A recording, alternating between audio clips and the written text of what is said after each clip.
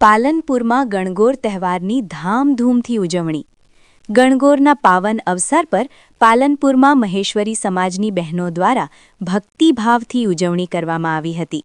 મહિલાઓએ પરંપરાગત વેશભૂષામાં એકત્ર થઈ ભગવાન શિવ અને માતા ગૌરીની પૂજા અર્ચના કરી સુખ, સમૃદ્ધિ અને પરિવારના કલ્યાણ માટે પ્રાર્થના કરી હતી।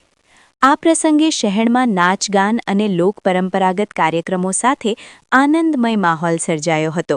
બહેનો દ્વારા ગણગોર માતાની આરતી અને ગીતો ગાઈ તહેવારને ઉત્સાહભેર મનાવવામાં આવ્યો હતો।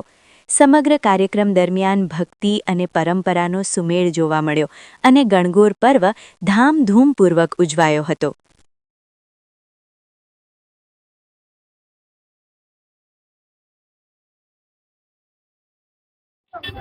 જય મહેશ।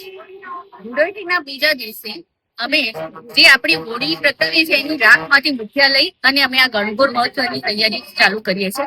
એ દિવસે અમે ધામધૂમથી હોળી સાથે અમે ગણગોર મહોત્સવની મુઠિયા લઈને તૈયારી કરી અને ચાલુ કરી ગઈ। ચોથ, આઠમ, દસમ અને ગણગોરના દિવસે અમારે આવી રીતે બેડલા નીકળે છે। એ દિવસે અમે ઈશ્વર ભગવાન, ગૌર ભગવાન અને શિવ પાર્વતીના લગ્ન કરાવીએ છીએ। આખું જેમ આપણે દીકરીને બનાવતા હોઈએ એવી રીતે અમે લોકો એમની વિનાયક, ગણેશ સ્થાપના, બધું રાસ ગરબા આવી રીતે બધું અમે લોકો આવી રીતે કરતા હોઈએ છીએ। અને આ તહેવારની ઉજવણી મહેશ્વરી મહિલા મંડળો દ્વારા દર સાલે ખૂબ ધૂમધામથી કરવામાં આવે છે। આ ભગવાનનું અમે બીજા દિવસે ગણગોરના બીજા દિવસે અમે લોકો વિદાય કરતા હોઈએ છીએ અને આ તહેવારની ઉજવણી અમે ઉલ્લાસભર્યા વાતાવરણ સાથે બધી મહિલાઓ પાલનપુરની મહેશ્વરી મહિલા મંડળની જોડાઈ અને આ તહેવાર અમારો એવો છે કે બધા ગામમાં ઉજવાય છે। हमारे यहाँ गणगौर का त्यौहार सब धूमधाम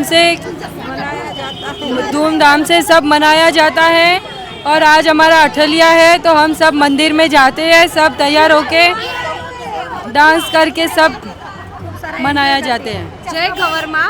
આજે અમારે આઠમનો તહેવાર છે।